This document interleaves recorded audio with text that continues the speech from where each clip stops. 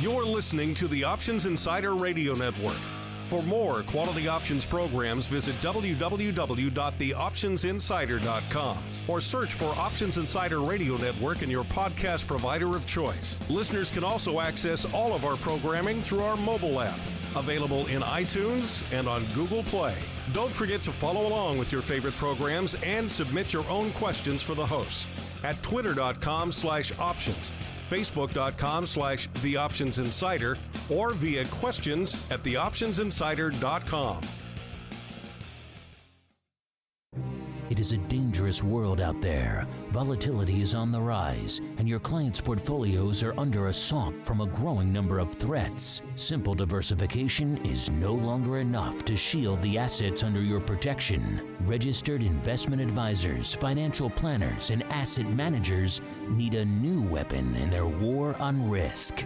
Welcome to the Advisor's Option, the program designed to arm busy advisors with the information necessary to properly manage risk in this volatile environment. From options education, trading strategies and tips, to industry news and interviews, you'll find it all on the Advisor's Option. The Advisor's Option is brought to you by the Options Industry Council. The OIC was created to educate investors and their financial advisors about the benefits and risks of exchange-traded equity options. For more information on how the OIC can help you implement options in your practice, please visit optionseducation.org.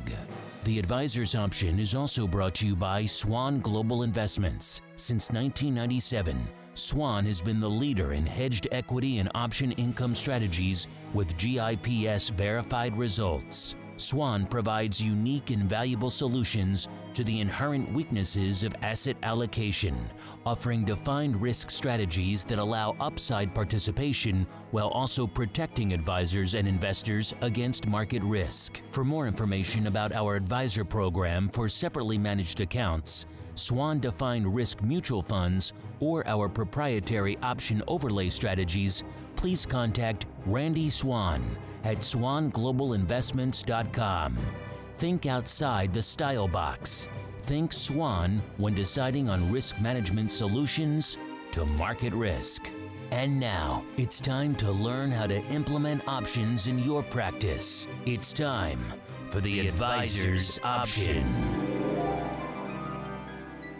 All right, everybody, that music means it's time once again for the Advisor's Option, the program here on the old Options Insider Radio Network, where we break down the sometimes mysterious, opaque, sometimes impenetrable world of options and tell you, the busy financial advisor and asset manager, how you can incorporate these sometimes baffling products into your portfolios and indeed into your clients' portfolios. My name is Mark Longo from theoptionsinsider.com, as well as, of course, from the aforementioned radio network. If you haven't done so already, if you're not listening to this show on our main network feed, hop on over there. That means you get not just the Advisor's Option, but all of our shows, all dozen or so shows out there for you guys to choose from. If you like futures options, got you covered. If you like volatility, got you covered. If you're an active retail guy, got you more than covered. Got a bunch of good stuff, daily news, all the good stuff out there for you. Easy way to get it all.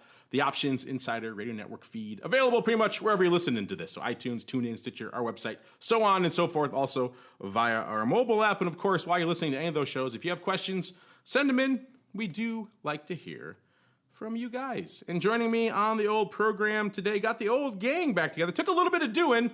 We're scattered to the winds, in this case, almost literally. But we got the crew back together for the most part. Let's start in the relatively tranquil and placid lands of New Hampshire, where we are joined by good old Matt Amberson, the principal over there at Options Research and Technology Services, a.k.a. ORATS. Matt, welcome back to the show, and you got to be thankful to be living in New Hampshire right now. Not a lot of tropical storms headed your way these days. The leaves are turning. I have deer outside, wild turkeys around, and no hurricanes, so I'm happy. Yes, as a New Englander myself, former New Englander, I could speak. This is the time of year when everybody comes in, when all the quote-unquote leaf peepers, are they storming your way these days, Matt, or is it still kind of quiet?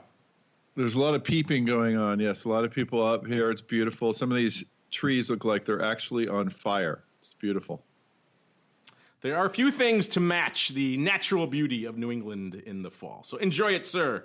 It's an interesting area to live this time of year. And also joining us, like I mentioned, scattered to the winds quite literally these days. I usually introduce these guys coming to us from the Swan HQ over there in Puerto Rico. These days, a little bit of a different story. I'm sure you can probably guess why. Starting off with Chris Hausman. He is the portfolio and chief technical strategist over there at Swan Global Investments, as well as Ash Vyas. He is the director of portfolio strategy and overlays, also there at Swan.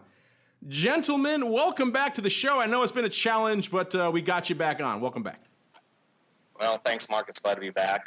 We definitely have faced some challenges over the last month or so, but we're getting through that just like everybody else is in Puerto Rico. So fortunately, the team is back together. Our families are safe. That's the most important thing. And we're beaming from New Providence Island, Bahamas right now. So I believe that is pirate capital of the world. Yeah, thanks, Mark, for having us. I echo everything Chris said, and New Hampshire does not have a monopoly on turkeys. That's true. Well, really quickly, you kind of just alluded to what you guys are doing. Obviously, you guys usually beam to us from Puerto Rico. I often joke about the beautiful weather there. These days, not so much. You guys, of course, are post-Irma, so I'm sure a lot of our listeners wanted to know, what's going on with you guys. You said you mentioned you're in the Bahamas now. How long is that going to be for, and what is the situation like back in the HQ over there in Puerto Rico right now? Well, your first statement's right. The weather is still beautiful in Puerto Rico. It's still a beautiful island. We just have challenges to work through. People are being very resolute, but obviously there's some difficult circumstances with electricity, power, getting supplies to the people island-wide. We were down there for the storm, went through it. The eye just went right over us. So got to see the destruction and damage firsthand. And, we learned some things about ourselves, about being prepared, having contingency plans. That's something that Swan has always done. Puerto Rico was not our only location, so we didn't miss a beat as far as managing our portfolios, our positions. Client interaction was there. As you can imagine, we got a lot of calls from clients wondering how we were doing, how our families were doing. And we've got a great team in our other locations, Durango, Colorado, and Tampa, Florida. And they filled in the gap while we were trying to basically survive, if you will, and try to figure out how, what the situation was down there. And they finally made a decision that was in the best interest of, employees that were there, families that were there, that we needed to relocate and just get going again. And that's exactly what we've done here. I'm glad to hear things are up and running. If they sound a little bit different, obviously they're not on their usual setup over there in the HQ. We'll get them back next episode, don't worry. We're kind of making do, jury rigging as we go here from the Bahamas, but I think you can make out what they're saying, and that's the important thing. And then obviously also the really important thing, obviously, is that everyone's safe and good, and that's clearly, we have these contingency plans. You talk about businesses and things, and that obviously is still running smoothly. Also, from a personal standpoint, most people plan for a day, a couple of days. No one plans for weeks or months without power and all these other issues that they're dealing with in Puerto Rico right now. So that kind of throws even your most prepared person for a bit of a loop. So I'm glad to hear things are going well, and the show's going well. As we keep on going into our first segment, it is time for a little tricks of the trade. And now it's time for practical tips on how to implement options into your practice. It's time to learn the tricks of the trade.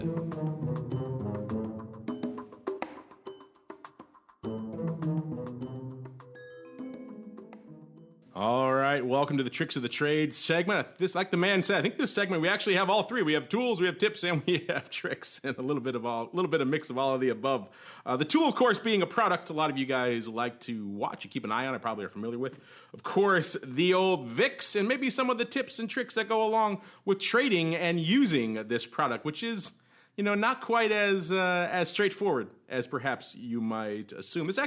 This was your suggestion, Chris. A while back, we had an interesting conversation about volatility, and it kind of spawned, I think, this corollary topic, which are kind of getting into a little bit more of the nitty-gritty of how the VIX works, especially that issue around the settlement, which I know you guys encounter. You said a lot of your clients have asked you about that as well, which is an issue which is interesting. Of course, I think before we do that, let's just set the groundwork here before we even get going, because obviously some people listening to this maybe for the first time, maybe they're only tangentially familiar with VIX. So we should probably do a cursory overview. Of course, you guys probably know it as the Fear Index, but it's a lot more than that. Of course, it's been many different calculations over the years. Started off on the OEX, at the money front month OEX, which is, of course, the S&P 100. Got changed about a decade or so ago to the quote-unquote new formula, which has, of course, the S&P 500 has front month at the money, as well as some of the wings And as you might see a little bit later, maybe that's where some of the contentious issues come in. They have out-of-the-money puts and calls in that calculation. They've updated it again since then to include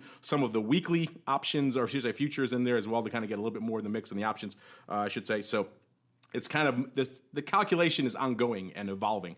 But this is the product that we kind of use a lot and talk about here on the show quite a bit. And a lot of you guys pretty much see quoted all the time now. It's pretty much, you see the Dow, you see the S&P quoted, you see the dollar or gold, you see VIX, you see crude. It's kind of one of the things that's kind of always quoted up there now. So it's a regular benchmark. That said, Chris, this is your topic. So perhaps we'll start with you if you want to kind of lay the groundwork here for any maybe little introductory points about VIX. Then we'll get into, I know, the meat of the discussion, which is what the heck is this VIX settlement thing? Yeah, so you get a good intro on what the VIX actually is, and I think it's morphed into several different things, and obviously the fear gauge is what the media keeps pounding down our throat, what it should be. And then you start hearing that the VIX is broken, it's not doing what it used to do. Well, my opinion is that the VIX is always done what it's supposed to do. It's a measurement of volatility. And today you're taking a 30-day calendar strip of options. So once upon a time, it was probably a better measurement of at-the-money volatility. And now what it measures is it takes into some of these words that we talked about before here, right? Some skew and some kurtosis, which is just option pricing vernacular. So I think it is a better measurement of the entire strip of strikes out there. The problem comes when you start looking at the way wings. And we know that as the baby options, right? The teeny options if you're from Chicago, or the weenie options if you're from New York. So basically what happens in the VIX calculation, and a lot of people don't understand this, is if you have a zero bid on an option, it's not included in the calculation. And once you come across 2 consecutive zero bids for strikes, any strikes after that are not included. So there's a cutoff level for strikes where when the VIX no longer calculates. So what happens on these SOQ, right, the opening quotation to get the VIX print, which is similar to the SPX quotation. And I know when I first started the business, there were many, many times where futures were gapping on third Friday of the month, on expiration Friday, futures were gapping, and the SPX print was nowhere near where you thought it was going to open up. A lot of times I saw a lot of out-of-the-money calls go in the money, and you're looking at the first print on futures, and you're like, well, how did that happen? Well, that was because of the opening quotation. Basically, the quotation uses the first print of each option, as far as the VIX is concerned, along the different strikes. So what could happen, and if there is no trade, then what happens is it uses the average of the bid and the ask. So there is where bids could come in at the last second, nickel bids, dime bids. There's the potential for these bids to come in, and where strikes would not be calculated in the VIX, they are now calculated in the VIX, and that could potentially top that opening quotation. I'm not saying that it's happening or people are doing it on purpose. There's a good article out there that we highlighted earlier from John Griffin, University of Texas finance professor. So I don't have any proof myself that it's happening, but I would recommend anyone to read that article and just kind of understand how the VIX and the SOQ really is working here, and then draw your own conclusions as to whether people out there are trying to manipulate the opening print. However, it is a nuance, and one of the things that when we're teaching options, always be wary of the nuances of what kind of product you're trading. So this obviously is a nuance, and people who are trading this product need to know that there is potential ramifications, especially on the opening quotation for the print.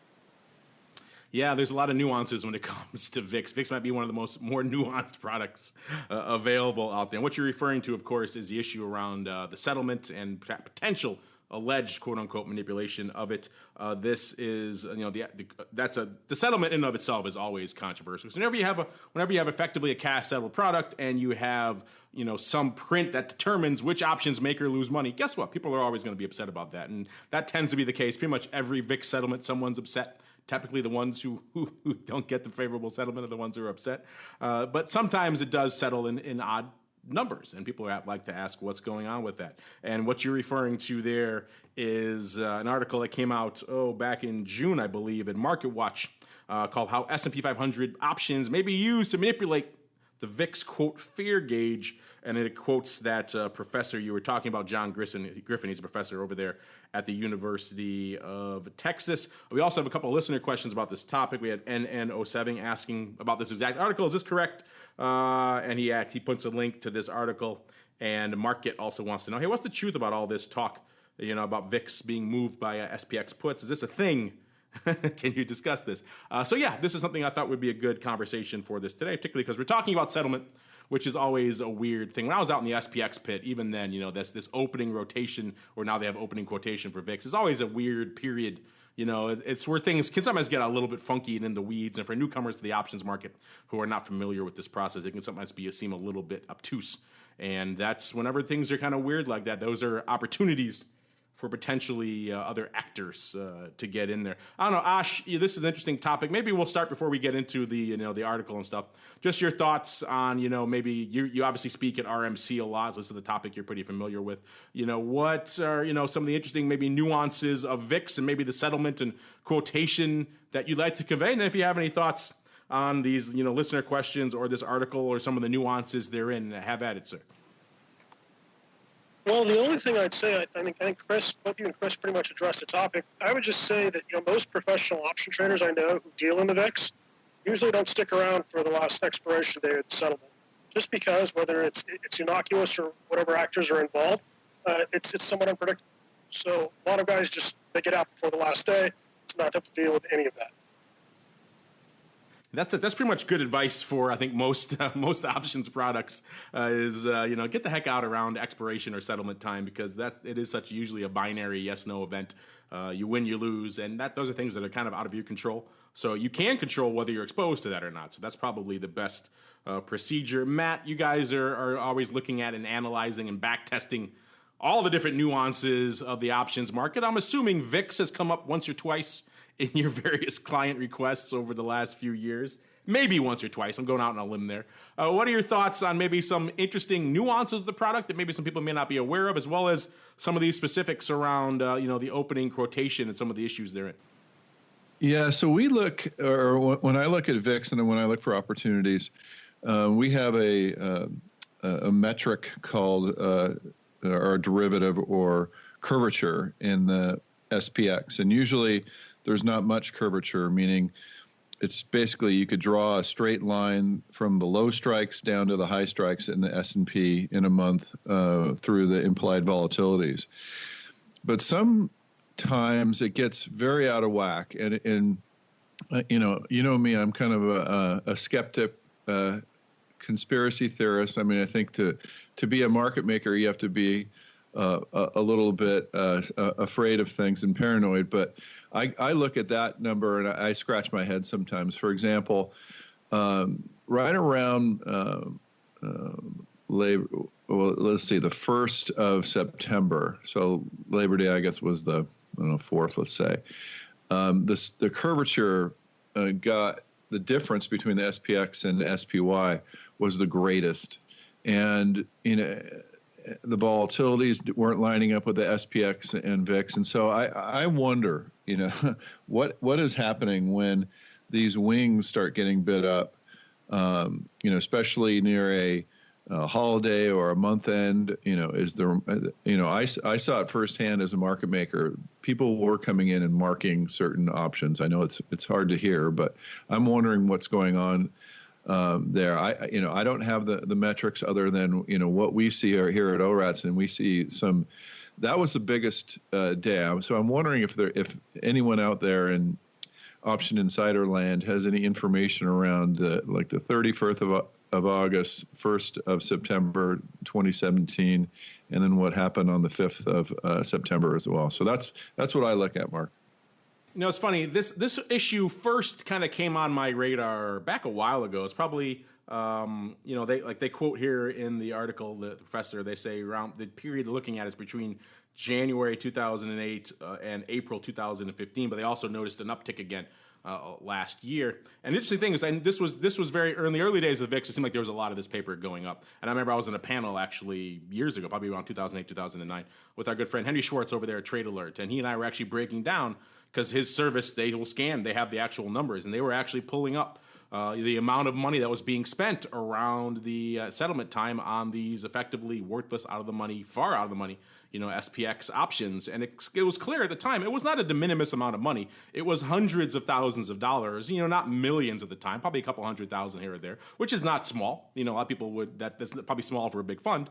But there were still clear amounts of money being spent to some end. People thought that they were getting some sort of benefit. The one thing you can usually count on the street at the end of the day is that things are usually somewhat Darwinian. If they're spending money on something, they at least perceive that they're getting some benefit out of that somewhere else. So the assumed reason they were spending that, people used to call it carpet bombing, call it whatever you will, but it was some reason to try to game that settlement. And it seemed like it was in the early days when they were kind of still, launching and figuring out the product, it seemed like it was more active then. It seemed like, quite frankly, to my radar, it kind of had gone away. I hadn't really heard a lot about it in the last couple of years. And the interesting thing about this article is they point out that they think it, according to them, it seems to have kind of resurfaced again back in November of last year. So right around the time the market started rallying again, which is kind of interesting.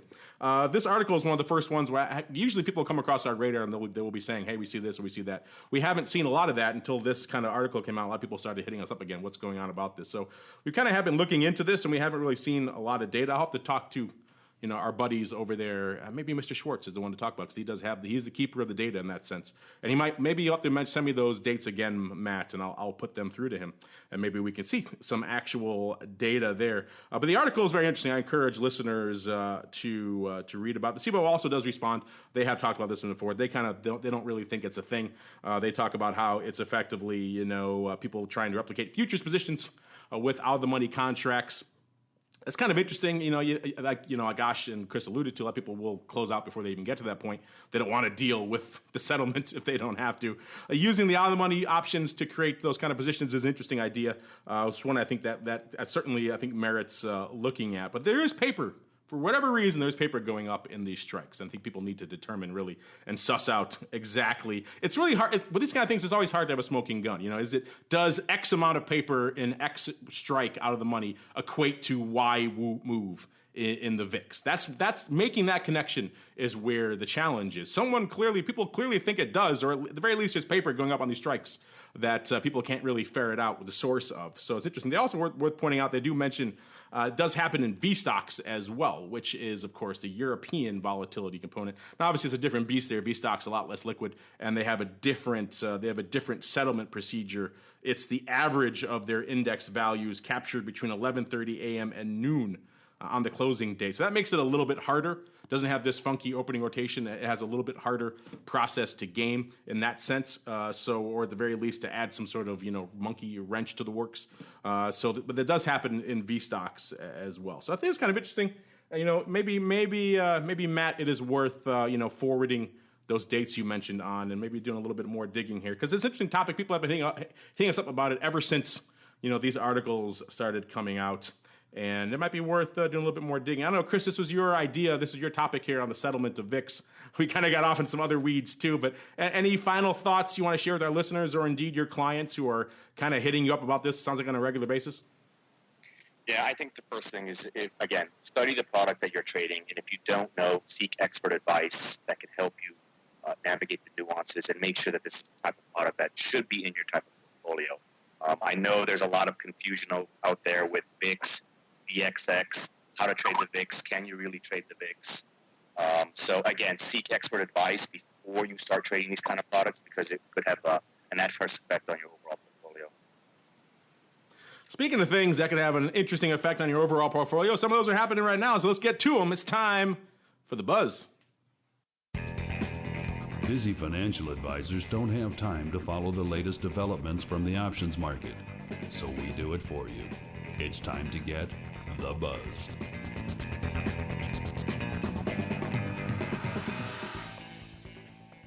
All right, everybody, that music means it's time for the buzz, a portion of the show where we break down the big developments in the world of options and derivatives that affect you, the busy advisor and asset manager, because quite frankly, you guys are busy. We get it, so we're breaking it down for you. This first one couldn't be more appropriate. This came across our tape recently. We thought this is perfect.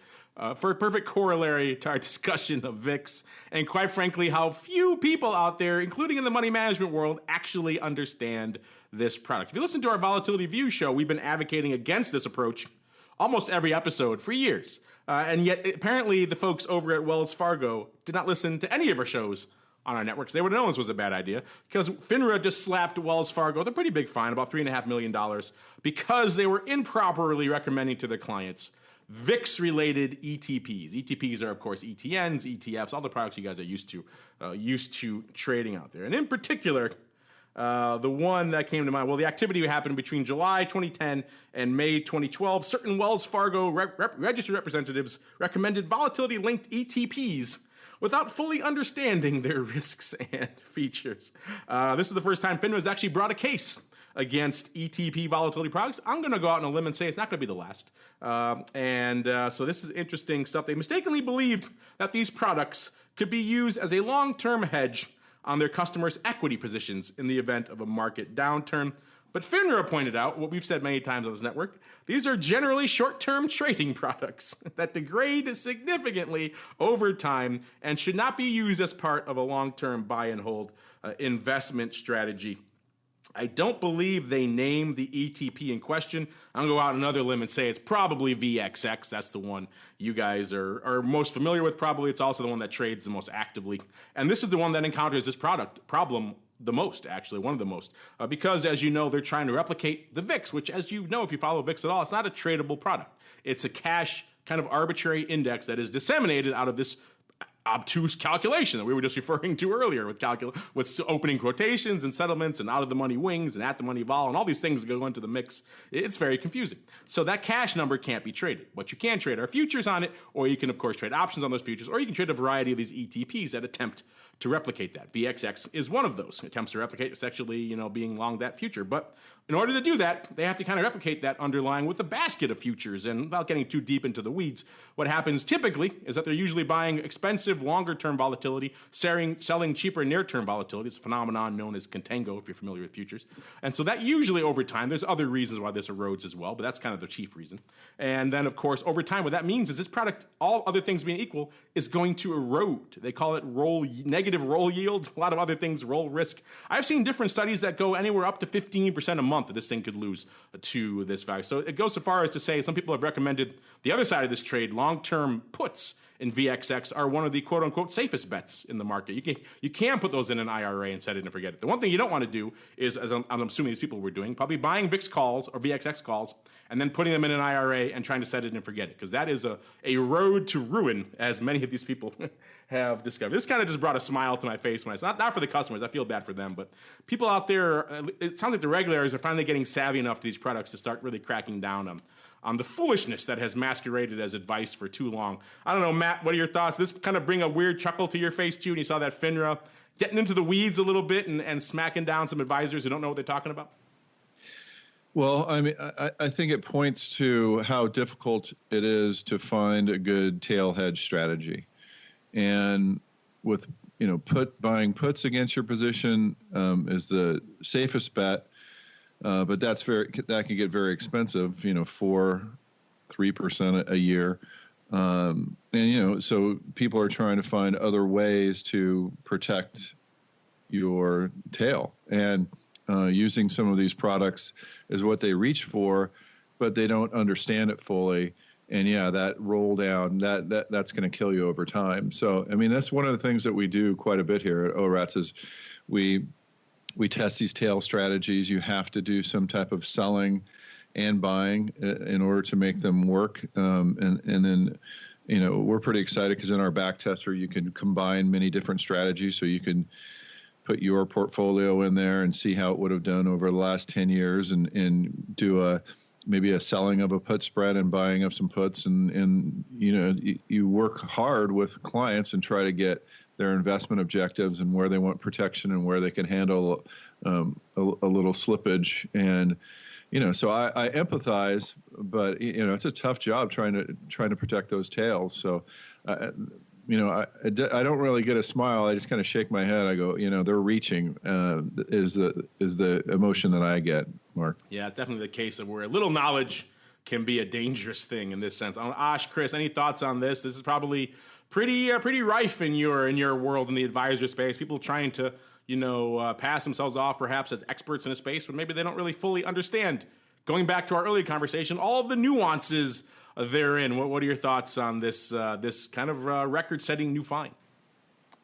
Yeah, I'm just jumping on Matt's tail here, but there were studies, earlier where if you did put some volatility, some long volatility into your portfolio, that could help protect downside and act as a hedge and insulate against losses.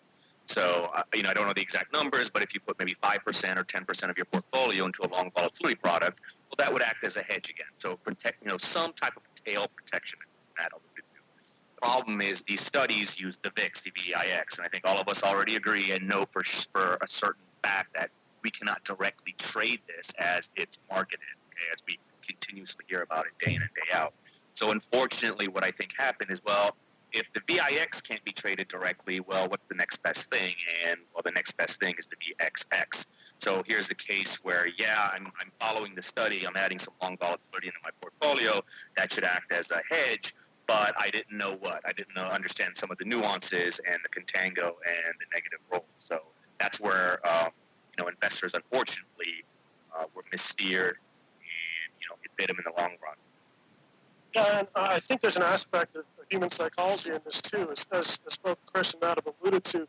This is a very complex product with some nuances, even, for example, a different expiration cycle than typical options. So I think, at a certain point, everyone involved has to ask themselves, do I really understand this product? Or do I just want to appear cool to my golf buddies saying I'm trading VIX?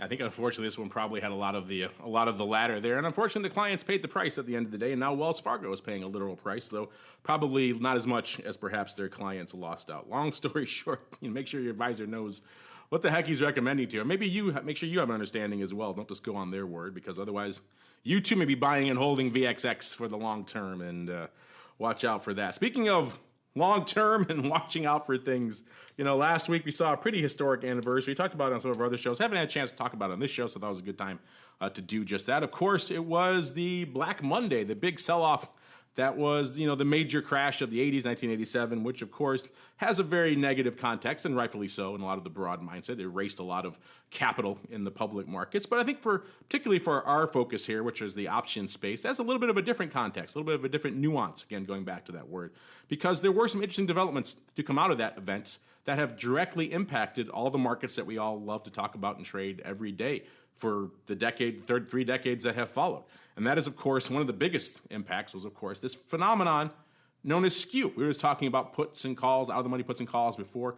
The implied volatility levels of those options is what consists of skew. And prior to 1987, the notion that we have today of skew, which is effectively that in most of the equity and index products, the calls are going to have a lower implied volatility level, and the puts are going to have higher, which reflects effectively the trading in those products. People buy puts and sell calls.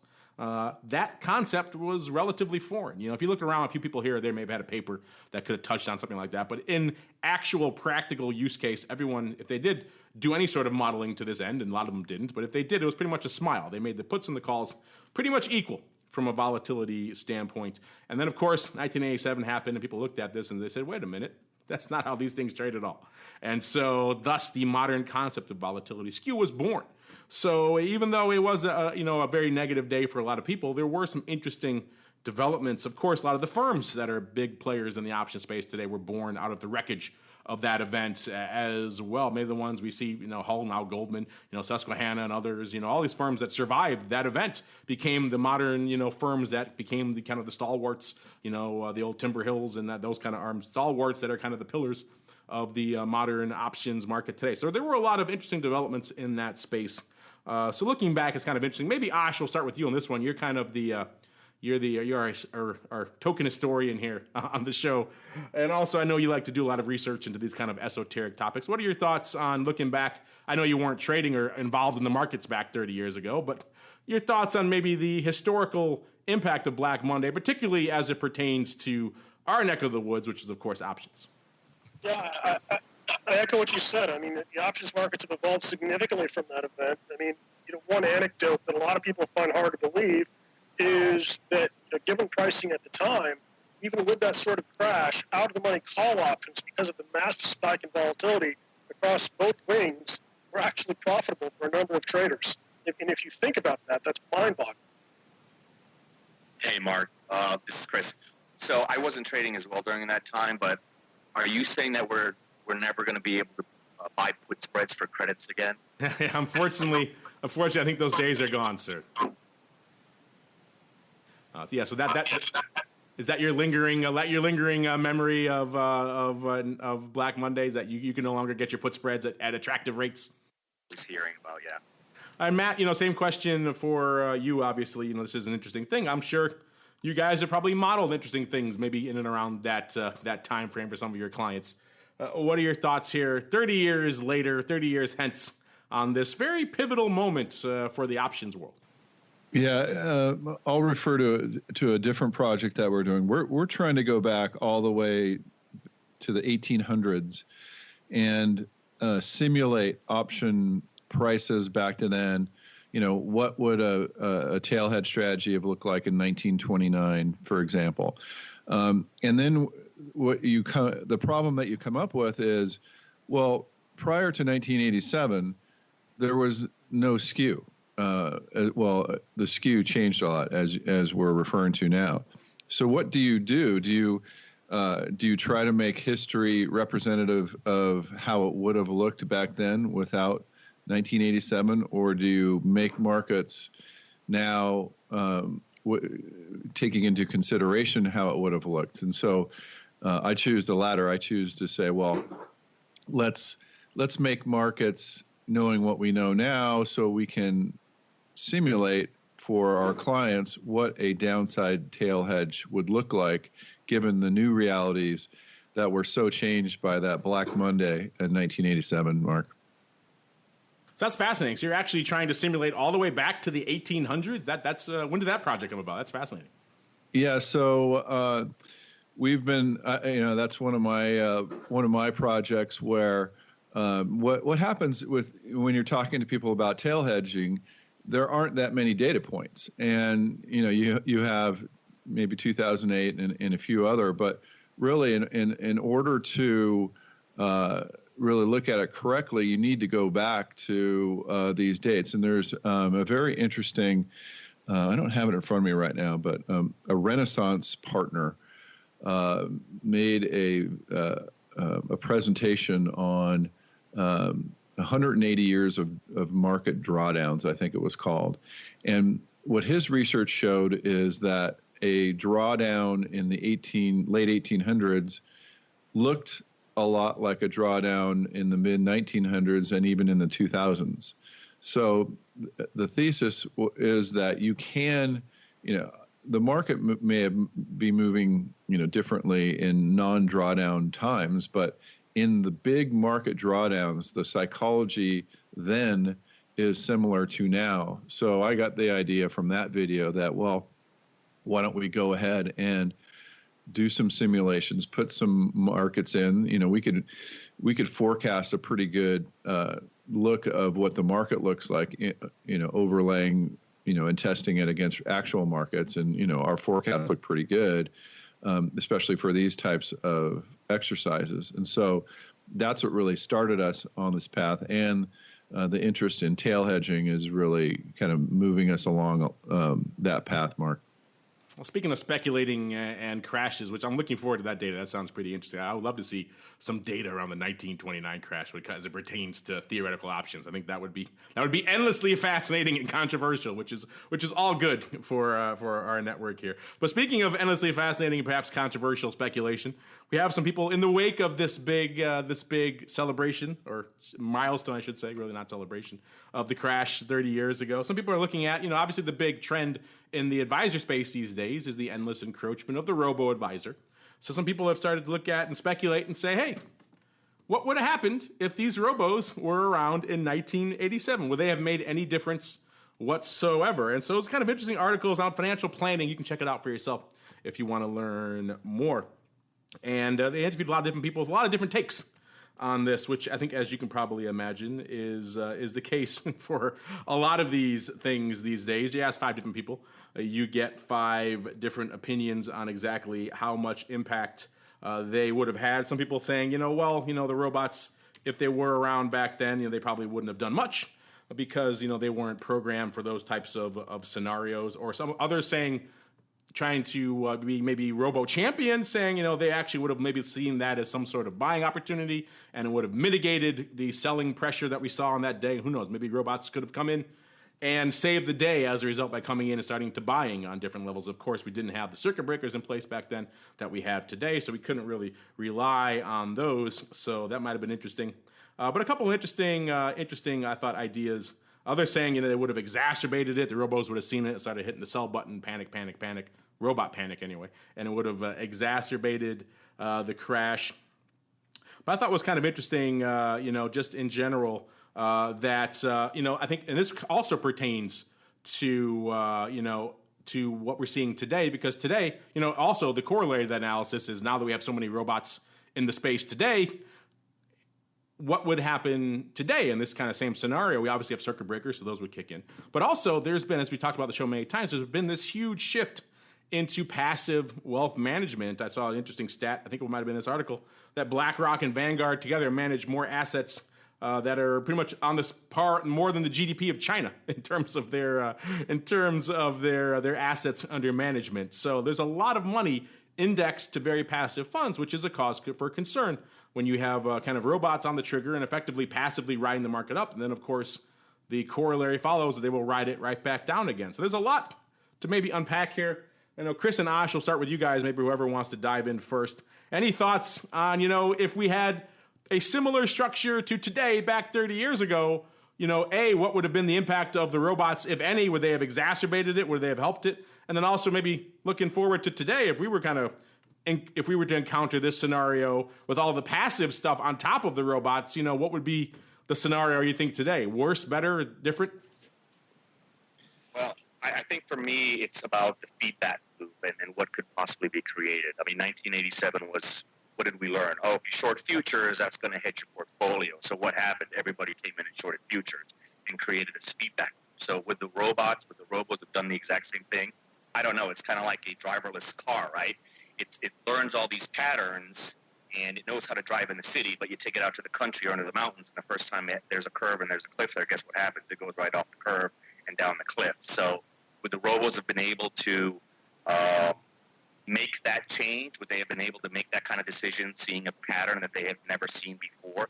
Probably would have taken some time for them to recognize it and then fix the pattern and the behavior after that. So I think, for me, when I read all this stuff about feedback loops during the 87 crash, I think we're potentially in the middle of a huge feedback loop right now with the short premium that's out there and all these new products.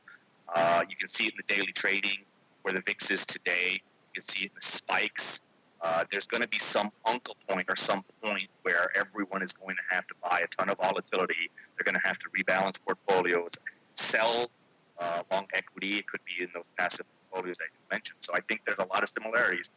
I'm not saying that there's a market crash down the road here or anything, but I think we do need to be very smart about all these new products, all these new volatility products that have hit the table over the last 5-10 years. And what is that creating today? Similar to, S&P future, similar to what S&P futures did back in 1987. So you're saying we shouldn't all just go out and buy a bunch of VXX like our friends at Wells Fargo did, Chris? That's not the path to profit? Well, not for them. No. Ash, any thoughts on this? Obviously, as Chris alluded to, these robots or autonomous cars, call them what you will, they're great at recognizing previous patterns, but when things come along that they haven't experienced before, like the 87 crash, and which is the big question now, how would they do in a similar scenario now? It raises interesting questions. What are your thoughts there, Mr. Ash? I just think, along the lines of what Matt said, it's interesting that, human psychology hasn't changed for thousands of years, if not millennia. I mean, the tulip bubble, back in Europe back in the day, the turn of the century, 87, 2008, people forget with all this technology, a lot of which is wonderful, but at the end of the day, human beings are currently still controlling the markets. And, the question I have with some of this robo stuff is, yes, it's lower cost, but it's, kind of a one-size-fits-all solution that everybody's in.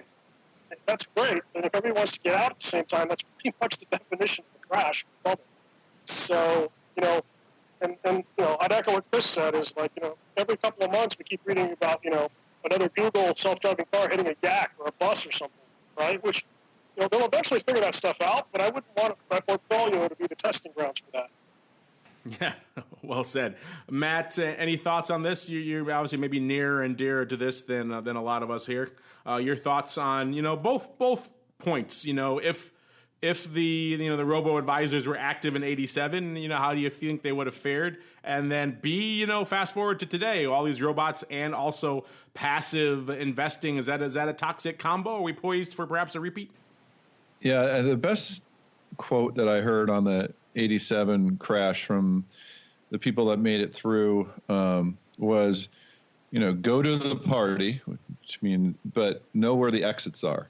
So what he meant by that was, you got to be invested in the market, but you also have to know how to get out and when to get out.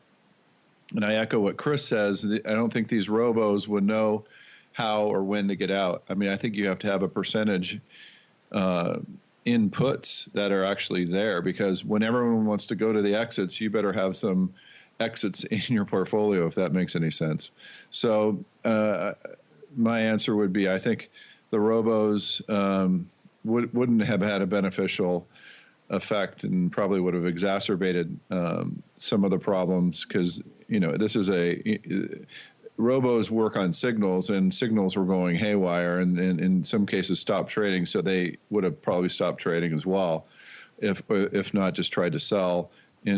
But there's no one to. The brokers also said everyone was saying sell, but there was no one saying buy. So who are you going to sell to was what they were asking their clients. So like I said, I think you have to have something built into your portfolio before something like that happens, and have some realistic ways to adjust your position, knowing that it's going to be pretty crazy out there in the market. Mark? Speaking of crazy, things are always crazy when it comes to this ongoing battle over the Department of Labor fiduciary rule. We'll give you our quick, pretty much mandatory update for this episode where we get into some of your questions. And just this week, we saw a House committee voting to approve some legislation to effectively kill this Department of Labor rule and replace it with some language to be written by the SEC. This was the House Financial Services Committee. They voted on last Thursday, to approve this rule, to make it go out to the full floor of the House. It has to be obviously voted on there. Nothing's been scheduled yet. But that said, you might say, hey, that's great. Kill it. Make the SEC do it. This is actually their bailiwick, their wheelhouse. Makes more sense for them to do it. If you're in that camp, the new chairman of the SEC, Clayton, says, can't really do that. Can't really just take over. Someone asked him, I think it was at a SIFMA or the recent conference. It was SIFMA. And they asked him specifically, hey, can you do this? Can we just hand this legislation over to you guys, and maybe you guys take the reins and take it away from DOL, where maybe it didn't really make a heck of a lot of sense to begin with? And he came out and said, no, they have their process, we have our process, and we have to respect that. So he said, we have the authority and expertise to be leaders in this space. The DOL has a responsibility. States have a responsibility. We need to cooperate. So for all of you out there who are, maybe shouting in joy, saying, hey, maybe the SEC will get this, not so much. If you were against that, well, then there you go. Maybe it sounds like a little bit of a longer road than some people had anticipated. All right, we like to make sure you guys have some time on the show as well. So without further ado, let's hang up our shingle and open up our office hours. It's time to answer your pressing questions about options. It's time to start our office hours.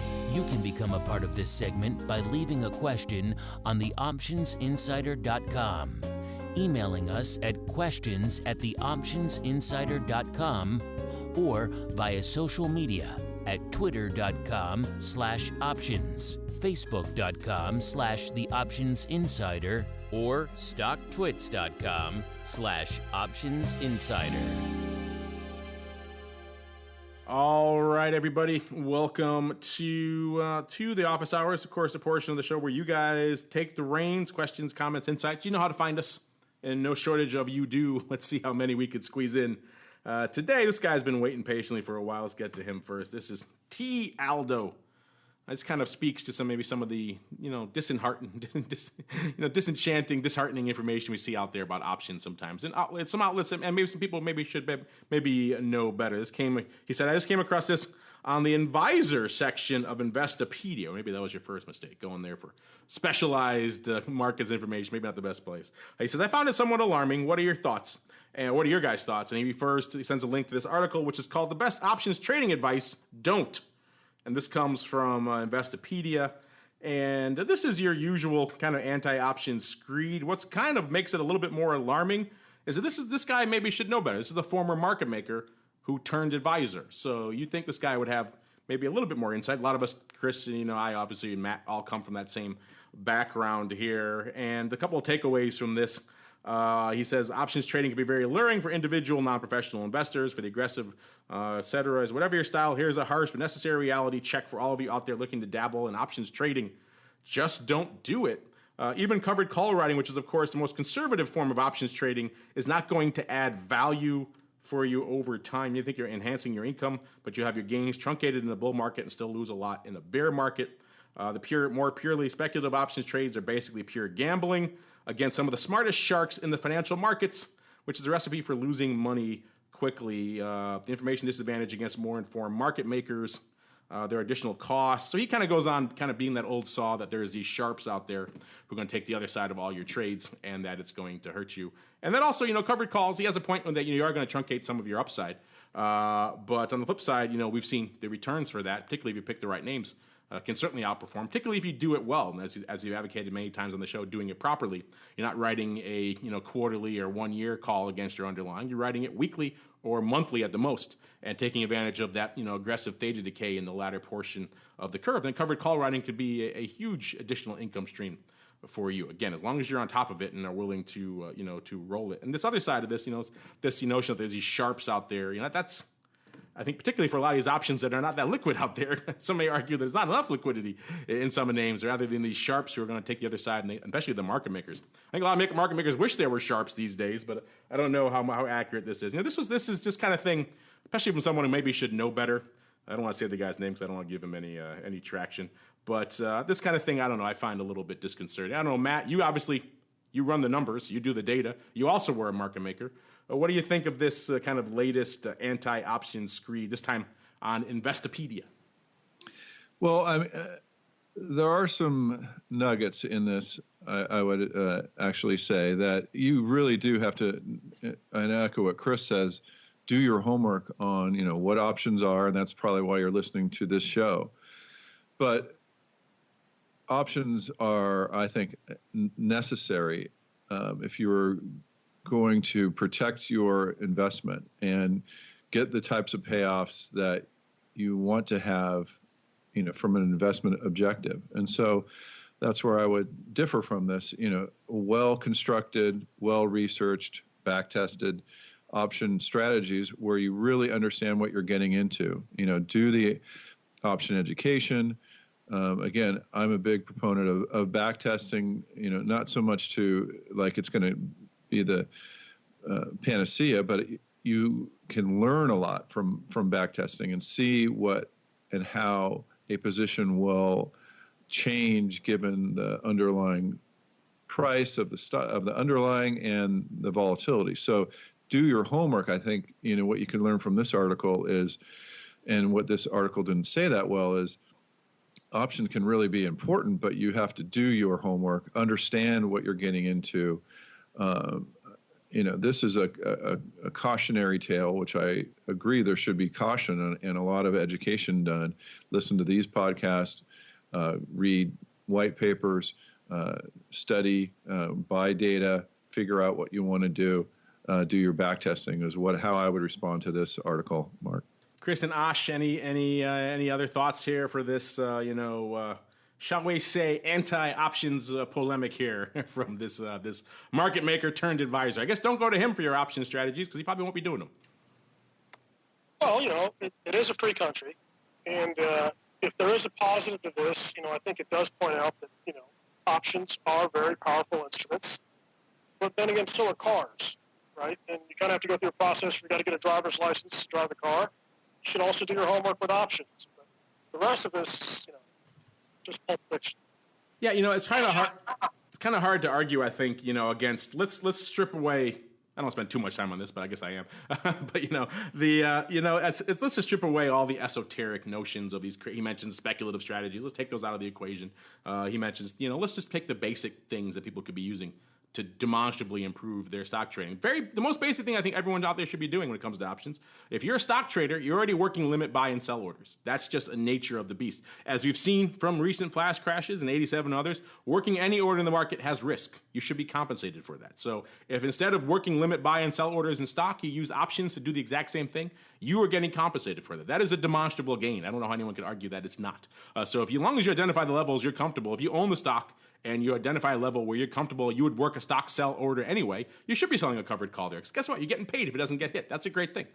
He doesn't mention that in his article. Same thing with, the flip side, which is, of course, if you want to get long a stock and you don't have any stock in your portfolio, you can work a limit buy order, or you could sell a put to do the same thing and get compensated for that, which is a much better thing. So he doesn't mention any of these very basic things that are demonstrably beneficial. And so, take these things with a grain of salt. People have an axe to grind. Maybe he had a bad experience as a market maker. Maybe a lot of people did. That's not a unique thing. So there's people have agendas and all these types of things. But still, at the end of the day, there are, I think we've proven on the show, many others, there are very basic, you don't have to go crazy, very basic, simple, demonstrable things that you can do in your own portfolio using options that are pretty much inarguable that they are beneficial. All right, that took longer on that than I thought, but that one gets me fired up for many reasons. Let's see here. This is kind of a related question. This comes from Andrew Lane. He says, I tried searching for options on the major advisor news sources, including Pensions and Investments and Financial Advisors Magazine, and I came up blank. Why do these mainstream advisor outlets ignore this space, and where should I go to learn more about options for advisors? Well, you came to the right place. As far as I know, Andrew, this is pretty much the only programming type of this content of its type in existence that talks specifically about this space. So you came to the right place for that. You're right. We've mentioned so far a number of outlets: Investopedia, Pensions, Investments, Financial Advisors. None of these really speak to this space to a substantial degree, especially the latter. So if you're looking for that, unfortunately, you're going to have a hard time at those mainstream outlets. I think so. You got to find places like this. And of course, Christian Osh, you guys do those 10th box events, also aimed specifically at this guys like Andrew. Anything coming up in that neck of the woods might be interesting? Yeah, we're actually going to start our 10th box seminars, which, as you said, is a series of regional due diligence meetings. So it's a great chance, it's a good opportunity for advisors and investors to sit with portfolio managers and discuss, the challenges in today's market and how the DRS, the defined risk strategy, be part of the solution. So you can get more information at 10thbox.com. That's 10thbox.com. And we're going to be starting those up the first week of December. I think we're hitting New York and Boston. Another good resource to learn about options are usually the advisors, such as we put out a tremendous amount of thought leadership.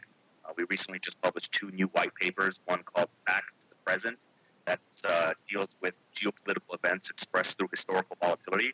And then the other one is called The Vanishing VIX. I think you guys have a good idea of what that's about. So, yeah, we're definitely getting geared up. I know it's heading towards the end of the year when people start to slow down. We're keeping our pace up high and hopefully pushing into 2018 very hard. Of course, I should also mention they're not on the show with us today, but our friends over there at the OCC and the OIC do a lot specifically for this audience as well. If you head on over to optionseducation.org, click on the advisors tab. They have a lot of specific education aimed exactly at this audience. So those are a couple outlets, of course, the Swan folks as well. So a lot of different sources you can go to. You got to look for them a little bit. Thankfully, you found the right one here, and we'll point you to all the rest. All right. Unfortunately, that music means we've filled another hour. Funny how quickly that hour flies by when we got so many great topics to discuss here on the Old Advisors Option Show. But before we go, let's go around the horn again one more time, see what everybody's cooking up. Let's start in the land of ORATs. Matt, you mentioned, I'm really excited about this Back to the 1800s project you got going on. So when can we learn more about that, and what else are you guys cooking up over there at ORATs? Yeah, you can go to orats.com and I'll have updates on how that's going. And in addition to that, there's some factor analysis and putting portfolios in and seeing where risk lies and what happens if you put in some protective puts, kind of simulation analysis. But our big news is that at orats.com, you could go there and click on the link and try our online back testing platform. We're very excited about it. Over the 7+ years that we've been doing back testing for clients, we've gotten some crazy requests, and with this latest release, we're able to do almost every crazy request, including combining strategies. It's really exciting to combine like a put spread with a long put and short calls in many, many different legs. And then you're able to put in your signals if you have a technical analysis tool where you can put in your entry and exit dates. So people want to do that. Trade adjustments. So we're very excited. I haven't been excited in years, so I'm grateful to our team. So head over to orats.com or email me, matt@orats.com. Mark, thanks. I'm looking at it myself. It's really cool. So listeners, if you haven't done so, head on over to ORATS. That's ORATS.com. There's a big button there. Try our options back tester. It's pretty self-explanatory. And from there, I'm looking at it. They got the wheel. There are all kinds of great trades you can do here on this. I'm looking forward. And then, Matt, when can I do my puts on the 1929 crash? That's what I want to back test. That's going to be awesome. Hopefully in the next month or two. I'm looking forward to that one. That'll be really cool. ORATS.com to learn more. I already mentioned our friends over at the OIC. You know where to go, optionseducation.org. Hit the advisors tab to learn more. And last but not least, our friends over there at Swan. I know next time we talk to you, hopefully you guys will be back in the Puerto Rico HQ and all will be fine and good. You mentioned, of course, the 10th box events. Anything else cooking in the Swan arena that may interest our listeners, sir? Yeah.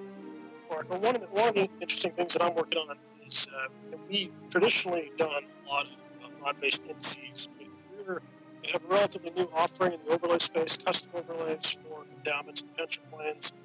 You've seen the HYG ETF. A lot of folks have wanted some sort of exchange-traded alternative yield product, which is hedged. So this is something we're excited about. There you go. Check it out over there to learn more. Of course, the Swan site also has a lot of great content. We've talked about it before. We had Mark on the show very recently to talk about his last episode, in fact, talk about some of his great data. You can find all that info, swanglobalinvestments.com. They got the blog, they've got the good, the bad, and the ugly newsletter. They got the 10th box events you can check out there, all kinds of good stuff. And of course, maybe about this new interesting overlay on HYG as well. Check it out, swanglobalinvestments.com. And on behalf of Chris and Ash and Matt and indeed myself, I want to thank all of you out there in the listening audience for downloading, streaming, and subscribing. And of course, for sending us such great questions. Maybe we'll have a whole question and answer episode one day because you guys send so many and you wait so patiently. So we'll try to hit more of you. Don't worry. And we'll see you next time for more of The Advisor's Option.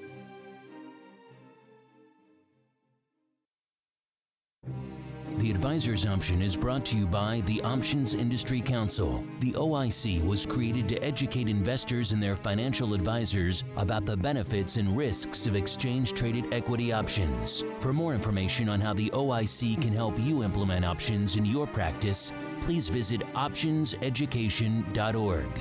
The Advisor's Option is also brought to you by Swan Global Investments. Since 1997, Swan has been the leader in hedged equity and option income strategies with GIPS verified results. Swan provides unique and valuable solutions to the inherent weaknesses of asset allocation, offering defined risk strategies that allow upside participation while also protecting advisors and investors against market risk. For more information about our advisor program for separately managed accounts, Swan Defined Risk Mutual Funds, or our proprietary option overlay strategies, please contact Randy Swan at swanglobalinvestments.com. Think outside the style box. Think Swan when deciding on risk management solutions to market risk.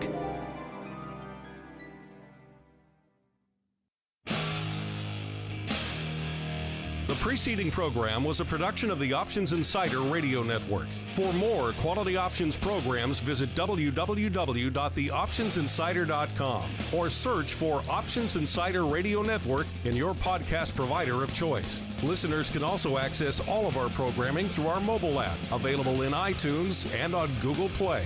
Don't forget to follow along with your favorite programs and submit your own questions for the hosts at twitter.com/options, facebook.com/theoptionsinsider, or via questions@theoptionsinsider.com.